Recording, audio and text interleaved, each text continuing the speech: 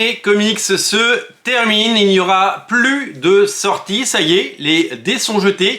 Tout est sorti, qui seront les grands gagnants de Noël. Vous savez qu'il y a énormément de ventes de bandes dessinées, de comics, de mangas à Noël, parce que c'est des cadeaux, tout simplement. Les gens se font des cadeaux, les gens font des cadeaux, et souvent, les gens mettent sur leur liste de Noël, eh bien, des comics qui sont sortis pendant l'année, des choses qui sont sorties en début d'année, mais que, eh bien, on n'a pas pu acheter parce qu'il y avait autre chose à lire, ou que il n'y avait pas de moyens pour les acheter à ce moment-là. Des achats qui ont été reportés, et des comics qui vous faisaient envie depuis de nombreux mois, et que vous attendez avec l'impatience d'un enfant qui va ouvrir ses cadeaux le 25 décembre au matin. Alors plutôt que faire une sélection de Noël, eh bien j'ai décidé de lister les 10 meilleurs comics urbains de l'année. J'ai pris la liste de tout ce qui est sorti, et puis il y a eu beaucoup de choses, il y a eu beaucoup de choses. Alors il y a eu évidemment toutes ces vagues urbaines nomades, et on connaît le succès, on sait que la cour des hiboux s'est vendue à plus de 17 000 exemplaires, ce qui est un phénomène. Ce qui prouve bien que ce format cartonne, notamment en grande distribution, et que c'est un format complètement adapté à des nouveaux modes de consommation, ou en tout cas à une période de crise, et qu'on arrive à toucher un lectorat bien plus large avec évidemment eh bien des petits prix et une implantation, une distribution, parce que il faut la force de tout ça, il faut évidemment que les bouquins soient en tête de gondole dans les rayons chez Carrefour pour que ils soient pris en main et mis dans le chariot. J'ai décidé donc de revenir sur les 10 meilleurs comics de l'année. Les 10 meilleurs comics chez Urban Comics, selon moi, selon mon humble avis, selon mon avis de lecteur de plus de 30 ans, vieux briscard, vieux routier des comics, qui a roulé sa bosse et qui a connu le côté librairie, qui a connu le côté lecteur, et qui retrouve aujourd'hui, avec beaucoup de sérénité et d'apaisement, le plaisir de lire ou de relire certaines bandes dessinées. Ça a été dur d'en lister que 10 parce qu'il y en a vraiment énormément, donc du coup j'ai décidé de partir sur le principe de 10 et de terminer par un petit bonus à la fin. Un petit bonus, vous verrez, donc restez jusqu'à la fin de la vidéo si vous voulez voir la fin. Pour moi les 10 coups de cœur, ils correspondent à ce que je suis, à ce que j'aime, vous connaissez mes goûts, vous savez que je suis un fan des années 90, que je suis fan de ces auteurs comme Todd McFarlane, Marc Silvestri, des gens qui respirent le talent et qui respirent l'envie de réciter des bons comics. Et il y a de tout, c'est assez éclectique, et on va voir ensemble tout ce qu'il y a à découvrir dans ce top 10 urban de l'année. C'est parti. Alors il n'y a pas d'ordre, c'est juste 10 bons titres que je vous recommande, donc vous pouvez les mettre sur votre liste de Noël, mais pour moi ce sont les 10 titres que je n'aurais absolument pas raté cette année. Si j'avais dû en prendre que 10, eh bien c'est les 10 que j'aurais pris tout simplement. Voilà, c'est mon humble avis et je le partage, et j'espère que ça pourra vous guider, ou en tout cas que ça amènera à des discussions. Peut-être que vous avez d'autres avis, et je vous invite à les donner en commentaire.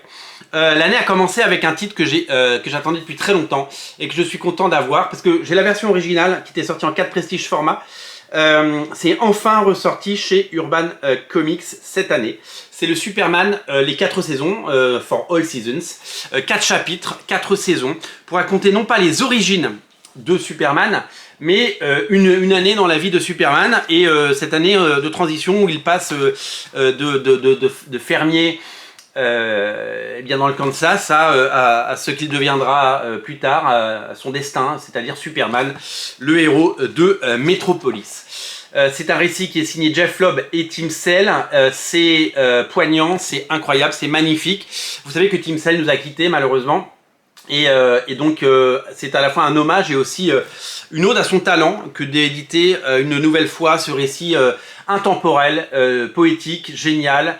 Ça fait partie de mes comics préférés sur Superman. Honnêtement, si vous voulez découvrir Superman, parce que vous l'avez découvert à travers les films, et que vous avez envie de lire un bon récit, et d'en prendre plein les yeux, eh bien je vous invite à découvrir celui-là, parce que il a toutes les qualités. C'est Jeff Loeb au scénario, vous savez le duo Jeff Loeb et Tim Sale. Il a fait le Batman à un long Halloween, il a fait Amère Victoire, il a également réalisé des choses hyper intéressantes.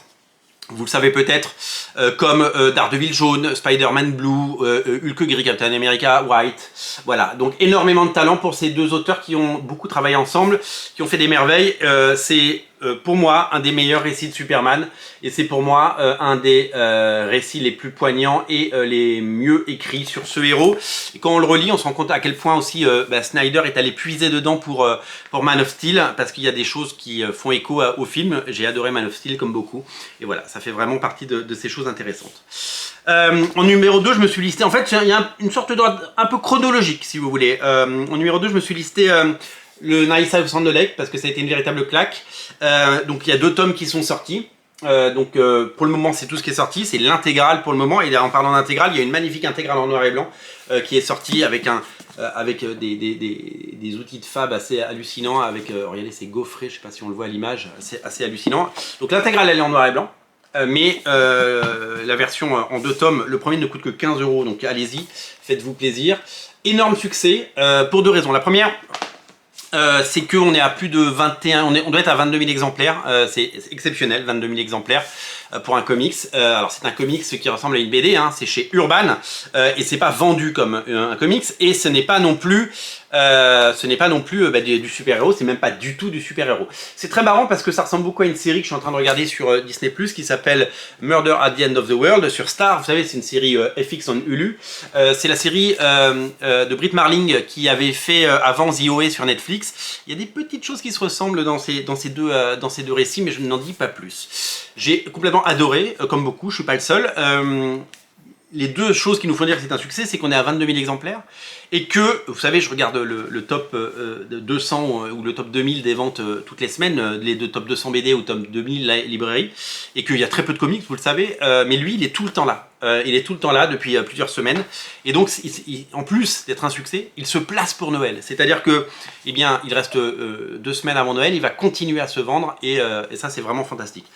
Récit de fin du monde, récit absolument incroyable, avec une galerie de personnages, des secrets, des mystères, et puis une ambiance complètement géniale, des dessins fabuleux de Alvaro Martinez Bueno et un scénario aux petits oignons de James Tynion Ford. Honnêtement, ça fait partie des lectures de qualité que je vous invite vraiment à découvrir. Toujours par en ordre chronologique, j'ai eu un vrai coup de cœur pour le Catwoman Lonely City de Cliff Chiang, hein, vous le connaissez, Cliff Chiang, il a fait évidemment le Wonder Woman des New 52, hein, c'était épique. Cliff Chiang, il a fait un récit sur Catwoman Lonely City, donc où c'est Catwoman la taulière de Gotham, récit absolument incroyable. Parfaitement maîtrisé, et c'est ce qu'on aime, dans ces récits. Alors c'est un beau succès d'édition aussi, hein, plusieurs milliers d'exemplaires vendus, et c'est la force du Black Label qui propose des histoires fortes. On n'a pas besoin de lire toute la continuité, pas besoin d'acheter un tome tous les 3 mois, non, c'est un album, un unitaire, c'est bien mené, c'est poignant et c'est tout simplement génial. Voilà, c'est un très très bon récit que je vous invite à découvrir, parce que des très bons récits sur Catwoman, d'abord il n'y en a pas tous les jours, et là en plus c'est une histoire complète, c'est du Black Label, c'est exigeant, grand public, et c'est taillé pour être lu, et c'est un succès, donc tant mieux, tant mieux, tant mieux. Qu'est-ce que je voulais voir d'autre? Tac. Alors oui, on va enchaîner sur du Batman, parce qu'il y a forcément du Batman cette année. On va commencer par le petit plaisir de l'année, c'est la réédition de Batman Spawn 1994 de Todd McFarlane et Klaus Johnson et Frank Miller. Incroyable Batman Spawn de 94, avec la rencontre entre Batman et Spawn par Todd McFarlane et Frank Miller, absolument exceptionnel. L'album est génial, et c'est vraiment un plaisir de revoir ça. C'est Urban qui l'a édité. Et le deuxième Batman Spawn, donc, c'est le Batman Spawn de 2022, donc sorti en 2023 en France. Greg Capullo au dessin, et Todd McFarlane avec la cour des hiboux. Nouvel affrontement entre Batman et Spawn, nouvelle rencontre des années après, et donc nouvelle alliance de ces 2 héros légendaires. Pour moi, c'est tout ce qu'il y a de bon dans les comics. L'envie, le talent, l'événement. Quand ces comics sont sortis ou quand ils ont été annoncés, j'avais cette excitation comme en 1995 ou en 1993 d'aller dans des boutiques acheter ces comics-là. Et j'ai eu envie de les lire et de les découvrir. Et véritablement, ça a été un plaisir incommensurable de voir ces récits. Et ça a été tout simplement tout simplement quelque chose pour moi de très important. Voilà, c'est très très important pour moi ces comics. Et vraiment, je vous les recommande parce que c'est du plaisir coupable, c'est du bonbon, c'est des grands noms, c'est Todd McFarlane, c'est Greg Capullo, c'est Frank Miller, c'est du talent à l'état brut et c'est des comics comme souvent chez Todd McFarlane, destiné au public. Je l'ai souvent dit, Todd McFarlane, c'est le Tom Cruise des comics et il fait des comics pour plaire au public. Il ne les fait pas pour lui, il ne les fait pas pour élever le débat, il le fait pour qu'on en prenne plein les yeux. Un comics aux États-Unis, ça coûte, chez Todd McFarlane, ça coûte 2,99 €. Hein. C'est un des derniers comics à 2,99 € et c'est un véritable succès parce que ça marche et parce que pour 2,99 € vous en prenez plein les yeux, des bons dessinateurs, des belles couleurs, de bonnes histoires et c'est vraiment ce souci du détail qui fait que on a des choses absolument merveilleuses. On reste sur Batman avec mon chouchou de l'année et certainement un des titres les plus vendus à Noël. Le Batman et Joker Deadly Duo de Mark Silvestri, pareil, ça fleure bon les années 90. Vous savez que les gens ont critiqué énormément les années 90, je ne sais pas pourquoi. C'est certainement des gens qui n'ont pas connu les années 90 qui les critiquent. Parce que le Batman et Joker Deadly Duo de Mark Silvestri, eh ben, c'est une bombe. C'est également le Black Label, donc c'est une histoire complète, hors continuité. Donc nul besoin d'avoir lu les derniers épisodes, de lire tous les mois ou tous les 2 mois ou tous les 3 mois du Batman. Non, c'est juste Batman et le Joker qui s'allient dans une quête complètement folle, magnifiquement menée, parce que Mark Silvestri, on lui découvre évidemment des talents de scénariste qu'on ne lui connaissait pas. C'est très bien écrit, c'est très bien dialogué et surtout c'est magnifiquement dessiné, exceptionnel. Ça fait partie des classiques modernes et je pense que ce récit sera lu pendant 10 ans, 20 ans, tout comme Batman Silence qu'on continue de lire et de découvrir. Vraiment, ce sont des récits forts et poignants et c'est pareil, ça en met plein les yeux pour 21 € parce que c'est le prix de la version française dans une édition magnifique, cartonnée et en couleur. Eh bien, vous avez un récit exceptionnel par la légende Mark Silvestri, dessinateur de Wolverine, vous le savez, des X-Men, de Cyberforce, de Witchblade, de Darkness, de Hunter Killer et de bien d'autres séries encore. Moi, je suis tellement fan de ça que pour moi, c'est le numéro 1 de l'année. C'est le titre à ne pas rater à Noël. Si vous aimez les super-héros, c'est tout simplement ce qu'il faut lire.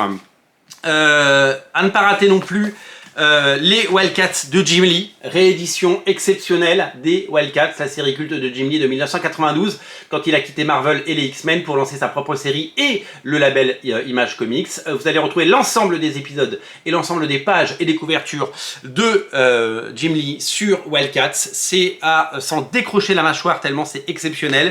Ça fait partie de ces récits magnifiques et incroyables qui nous font aimer les comics. Si vous aimez Jim Lee et vous aimez Jim Lee à travers Batman Silence et vous aimez Jim Lee à travers son Superman et vous aimez Jim Lee à travers son Batman avec Frank Miller, le All-Star Batman qui n'a jamais été réédité par Urban d'ailleurs, vous aimez ces personnages, et eh bien vous allez tout simplement en prendre plein les yeux une nouvelle fois. C'est tout simplement exceptionnel, c'est le bon goût des années 90 et voilà, ces années 90 qui ont été tant décriées, et bien on se rend compte qu'avec les rééditions de Wildcats, de Batman Spawn, avec le Batman de Silvestri, on se rend compte que finalement c'était pas si nul et qu'il y avait vraiment des talents, et c'est ça qu'il faut souligner, c'est la naissance de tous ces talents absolument fabuleux.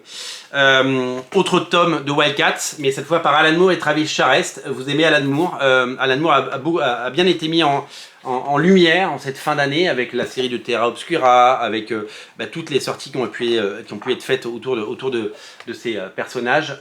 C'est tout simplement tout le run, l'ensemble du run de Alan Moore dans un magnifique album de combien, de 432 pages, c'est exceptionnel. Vous allez en prendre plein les yeux, des grands noms. Alan Moore qui redéfinit totalement les Wildcats et qui régale. C'est un ouvrage précieux et c'est une chance d'avoir ça réédité toutes ces années après. Vous allez en prendre une nouvelle fois plein les mirettes. Le dernier titre de ma liste, c'est un petit bonbon sucré à 10 balles parce que je voulais le rajouter avec le nouvel habillage des Urban Indies. C'est un comics qui justement a ce bon goût des années 90 mais qui a été conçu en 2021-2022. C'est la nouvelle série du duo magique Donny Cates, Ryan Stegman. Ils ont fait du Venom, ils ont fait du King in Black, ils ont fait de l'Absolute Carnage et ils ont lancé leur propre série. qui s'appelle Vanish, et c'est un comics qui nous rappelle eh bien, les meilleures années, le début des années 90, la création d'Image Comics avec des séries folles comme Spawn justement, parce que ça penche un peu de ce côté-là. C'est génial, c'est incroyablement bien dessiné et ça ne coûte que 10 €. Honnêtement, quand vous allez en boutique, prenez-le. C'est tout simplement un achat pour moi incontournable. Il est à 10 € pendant les premiers mois jusqu'en février, donc il ne faut pas tarder. On termine avec le petit bonus dont je vous avais parlé. On termine avec le petit bonus qui est tout simplement une petite merveille, puisque je me suis fait un cadeau ce samedi. Et je me suis pris le Layla Starr en Urban Limited. J'achète pas tous les Urban Limited, d'abord parce que c'est hors de prix et que les prix ont augmenté cette année. Ils sont tous passés à 99 €, d'autant que celui-là ne fait que 128 pages. Regardez, c'est pas très épais. C'est parti pour être un succès parce que Layla Starr est un succès d'édition, hein, plus de 10 000 exemplaires chez Urban Comics. 10 000 exemplaires, c'était il y a un an, hein, donc on doit être très largement au-dessus des 10 000 exemplaires. C'est le chef-d'œuvre de Ramvi et de Felipe Andrade. C'est un récit absolument génial sur la mort. Ça fait penser un petit peu au Day Tripper de Fabio Moon et Gabriel Ba. Mais c'est une relecture très moderne, c'est très joli. Donc la particularité de cette édition, ok, elle est un peu chère, ok. Elle est un peu chère, mais bon, de temps en temps, il faut se faire des cadeaux. Une des particularités, donc, c'est que d'abord, vous avez des très grandes pages, hein, c'est Urban Limited avec ce dos toilé magnifique, et que cette édition, elle est limitée, elle est numérotée, parce qu'il n'y en a que 1700. Moi, j'ai le 1255 par exemple, et elle est signée. Elle est signée par les deux auteurs. Elle est signée par Felipe Andrade et Ramvi. Et à ce titre-là, ça en fait quelque chose de rare et précieux. Ils ont signé 1700 exemplaires et je suis tellement content d'en avoir un parce que moi, j'aime beaucoup les comics signés. Ça leur donne de la valeur et ça les rend uniques. Et je trouve ça tout simplement fabuleux. Voilà, c'est vraiment un très bel ouvrage et je ne regrette pas une seconde d'avoir dépensé 99 € là-dedans parce que c'est tout simplement quelque chose d'exceptionnel et tout simplement quelque chose de magnifique. Voilà, c'est disponible si vous le trouvez chez votre libraire parce que ça part très très vite et qu'on aurait pu croire que celui-là, parce qu'il coûte 99 €, eh bien, il se vendrait moins que les autres. Eh bien, pas du tout, puisque il se vend très très bien. Voilà, c'est vendu dans cette petite boîte et c'est tout simplement magnifique. S'il ne devait, on ne devait garder qu'un seul titre cette année, eh ben, j'hésiterai clairement parce que tellement j'ai adoré la réédition et la relecture de ce Superman for All Season que j'ai adoré. Et puis le Batman et Joker, pour moi c'est les deux à rater sous aucun prétexte cette année. L'Alpha et l'Oméga, puisque celui-là est sorti en tout début d'année et celui-là vient de sortir. Deux récits absolument fabuleux. Lui approuvé, que je vous recommande. Voilà, pour cette sélection urbaine sur l'ensemble de l'année. Il y a eu beaucoup de choses, comme je vous l'ai dit. Et je suis ravi de pouvoir partager avec vous mes lectures et partager avec vous ce que j'ai vraiment apprécié et ce qui, pour moi, fait l'essentiel de ma collection et fait surtout mon bonheur en tant que lecteur, parce que je prends du plaisir à découvrir, bien entendu, tous ces récits. J'ai fait beaucoup de vidéos sur l'ensemble de ces BD. Pour certaines, il y a des pages à pages. Donc, je vous invite à les regarder. Et puis, lisez les comics, offrez des comics, c'est bientôt Noël. Et dites-nous pour vous quels sont les 10 meilleurs comics de l'année chez Urban. J'attends évidemment vos commentaires. Et si vous voulez soutenir la chaîne, on a un compte Tipeee que je mets en lien en descriptif de la vidéo. Vous pouvez contribuer à hauteur de vos envies, bien entendu. Et je vous remercie. Salut!